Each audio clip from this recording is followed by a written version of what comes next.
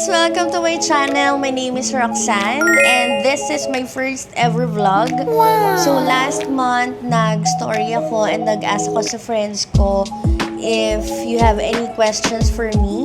So ngayon ko siya sasagutin. And sobrang sorry kasi ngayon lang talaga ako nagka-time. And sa mga nagtanong sa akin, super thank you so much po. Start na tayo kasi nagugutom na ako. Okay? Pero syempre, habang sinasagot ko yung mga questions nyo, nag-prepare ako ng mga comfort foods ko. If pagod ako, pag nag-crave ako, or pag sad ako, yan. Ito yung mga go-to foods ko. So, meron tayong dynamite, kwek-kwek, chicken balls, milk tea, fries, burger, and yung boy bawang na may suka. Tapos, isaw, and yung mangga na may bagoong, and maanghang na asin. First question.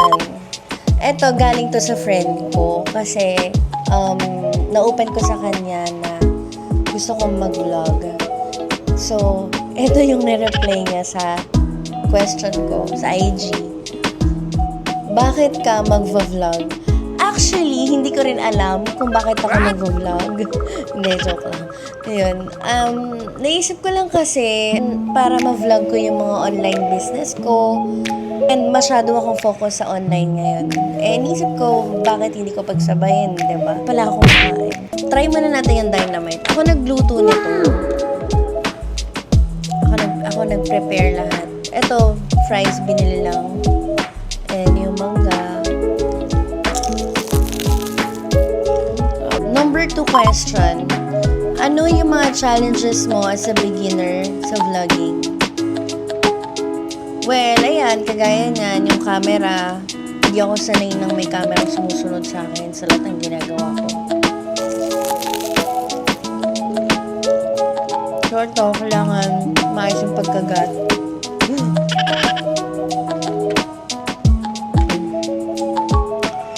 Try natin yung kwek-kwek. Ito, hindi ako nag-prepare nito.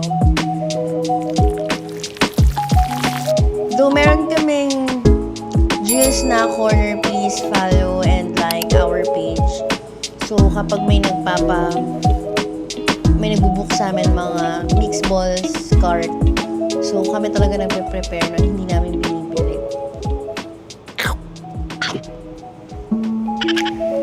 Ayun. Number 3. What's your favorite things to do pag may free time ka? Pag free time ko, Netflix, watch ako ng movie, then pampering. Sarap kaya? Pampering myself. Siyempre, napaka-importante niyan. Papa nails, hair, lashes. Ngayon, hindi ako nagpa-eyelash kasi pahinga muna yung mata ko. Ano pa ba? Nagbabrowse ako online. Minamanage ko yung mga pages ko. Ganun. And kinakausap ko yung mga friends ko. Pinaplan ko yung mga activities ko. Yung mga next week ganyan. Are you an extrovert or introvert? Extrovert person ako. Gusto ko yung lumalabas with friends. Gusto ko marami ako nakikilalang friends. Yan. So, try natin yung isaw, guys.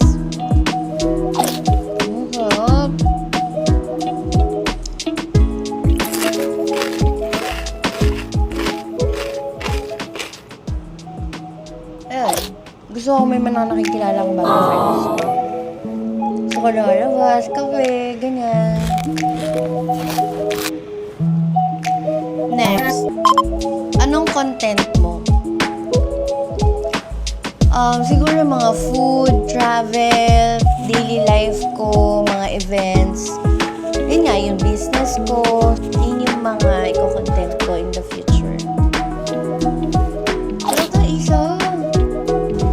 Ito, since first vlog ko to, so this is more about me. Para, yun, makilala niyo lang ako. Kahit ayaw.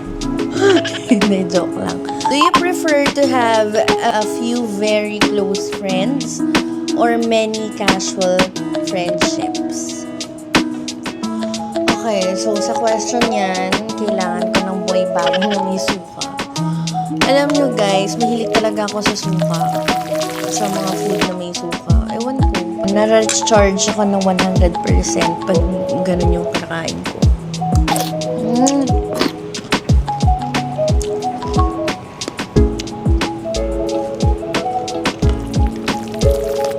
Sarap talaga nito. Lagi ko tong kinakain pag nanonood ako ng movie.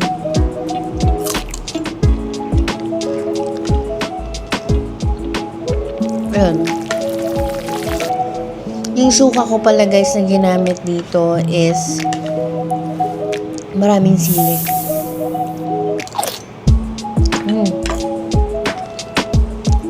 Sarap. So yun na nga, balik tayo sa tanong. Siguro dati, gusto ko close friends. People pleaser talaga ako dati. Parang gusto ko, pag may nakilala ko, feeling ko close na kami agad. Ganun. Tapos sobrang iti-treasure ko siya as a friend. Gusto ko yung pag mga birthday nila, yung mafe-feel nila na naaalala ko sila. Ganun. And hindi man nila ako laging kasama, pero alam mo yung mapa-feel mo man lang sa birthday nila na importante sila sa'yo. Yun is kung before ha. Pero ngayon, sa mga nakikilala kong bagong friends ngayon, parang mas gusto ko na lang yung casual friends. Kasi sa mga na-experience ko dati, yung mga sobrang tinitreasure kong friends, nagbago sila. I mean, kung sa'yo, importante sila, ikaw hindi ka pala importante sa kanila. Parang gano'n. Ngayon, yung mga friends ko talaga na as in close ko talaga, is siguro bilang na lang sa daliri ko. Yung iba kasi parang nakilala ko na sila or na-filter ko na yung mga kaibigan ko. Hindi na ako para sa ipi-please kita. So ngayon, kaya pag may mga nakikilala ko na friends ko, nice sila, oo, nice sila sa akin, nice din ako sa kanila, pero at least hindi na ako ma-hurt. Masyado na ako maingat sa sarili ko sa mga taong pwede manakit sa akin. So dapat, hindi mo hayaang hindi na ako makain. Wait lang. Masyado akong seryoso sa sagot ko. Totoo kasi yun. Kaya ngayon,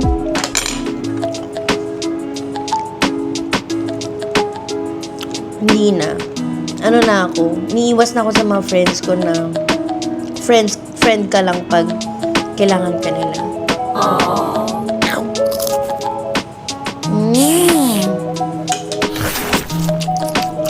A few moments. Have you ever met famous person? Of course, marami ako na-meet na famous person nung birthday nung anak ni Miss Rufa May Quinto. And si Athena, very kind talaga na bata. And syempre si Miss Rufa May Quinto, sobrang bait. Thank you so much po for choosing Gio Snack Corner and follow our page. Kami yung nag-cater ng sweet corner sa birthday ni Athena. And candy corner. Andun sila Miss Danica Soto, Sofia Andres, Diane Medina, Bernadette Zambrano. Sino maalala iba? Parang mali yata yung content ko. Guys, hindi talaga maganda itsura ko pag kumakain. Sorry na. Yan. Next. What is one memory that always make you smile? Wow! Parang pahirap yung mga tanong. Ano ba yan? Hindi ko lang napapansin kasi kain lang ako ng kain. Ang one memory ko siguro is actually, lahat ng childhood memory ko. Yung mga kalokohan namin, dalawa ng ate ko. Kahit hanggang ngayon, naiisip ko pa rin siya. Ay, ano ba yan? Bumaliktad. kasi dati, yung kasambahay namin, tumatanggap siya ng ligaw sa bahay namin. So, syempre, sila mama nasa office, ganyan. So, kami ng ate ko, pinapatulog niya kami sa hapon, sa tanghali pala. Nakikita namin yung merienda namin bago kami matulog. Merienda namin is turon, ang dami. Nagugutom na kami. Alam mo, ginawa namin, nagkikwentuhan lang kami sa room. Ginulo-gulo namin yung buhok namin. Tapos after nun, tawa lang kami tawa, tapos sinisilip namin yung kasambahay namin na, ay, tumatanggap siya ng ligaw, kinikilig-kilig pa siya sa sala namin. Ayun.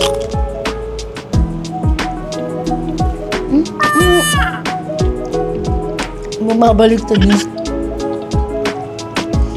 Guys, ang sarap. Promise. Sabi namin, anong merienda?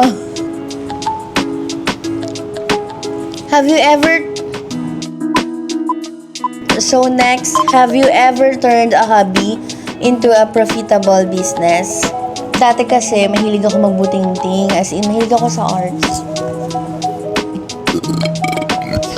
1-year-old si Jill. Naisip ko, gumawa ako ng bouquet, ganyan. So, yun yung ginawa kong business. Yun yung first business ko.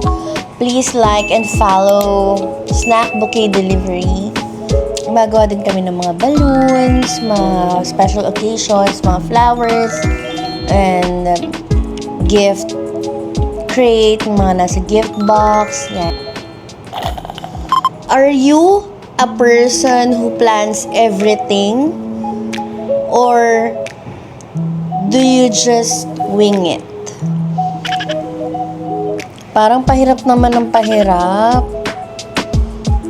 Parang gusto ko na ng burger. So guys, itong burger na to, ang favorite burger ko.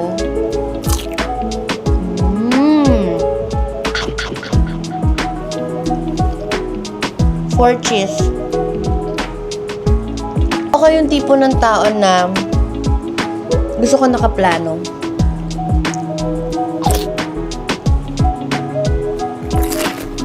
Gusto ko nakaplano lahat ng lakad, activities, kasi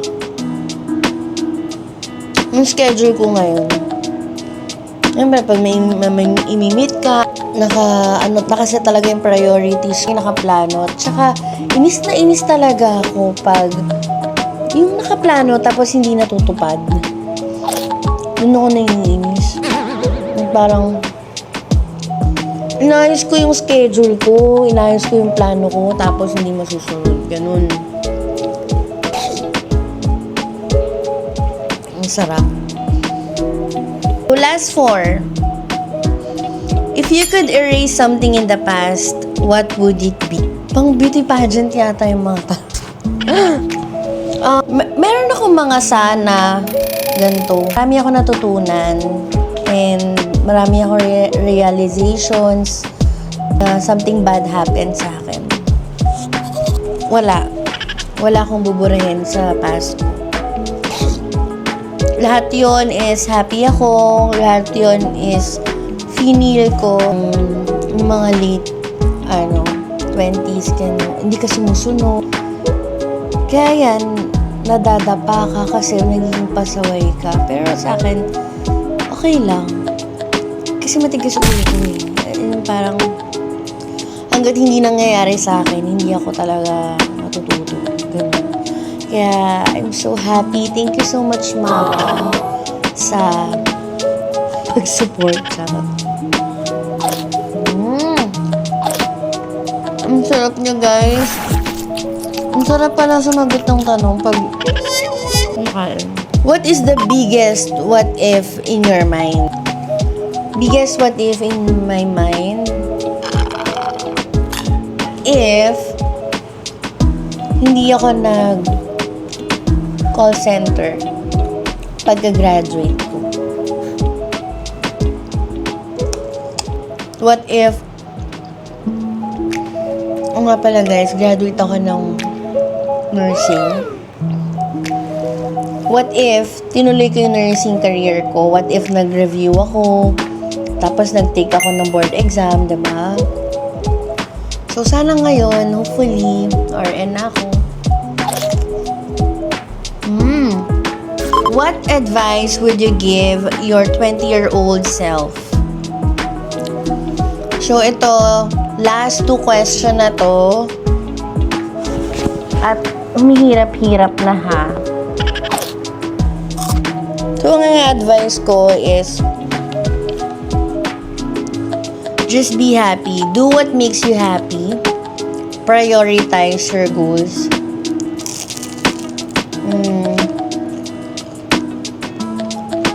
Isipin mo,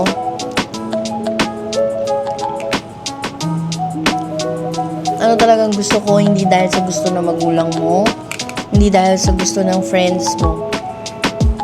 Nakikita mong kaya mong gawin hanggang sa tumanda ka. Just be happy. Yun lang. Yes! Gawin mo kung anong nasa puso mo. Sundin mo kung anong nasa puso mo. Ganun. Last question. Last na to. Dami ko pang food.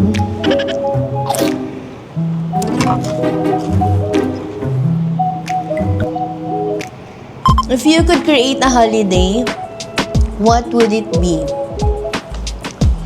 So, since I'm a single mom, busog na ako, guys. Solo parent day. Yan ang holiday na gusto ko. Siyempre, gusto ko yung magbe-benefit sa akin. Naman makasama ko yung anak ko.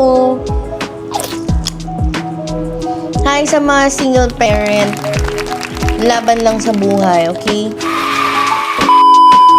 So guys, yun na ang ating questions. Ano ba yan? Sana dinamihan nyo naman, charot. Thank you so much po for watching. Kung may natutunan kayo sa aking vlog, thank you. Kung wala, thank you din. Please like and subscribe. See you on my next vlog. Bye!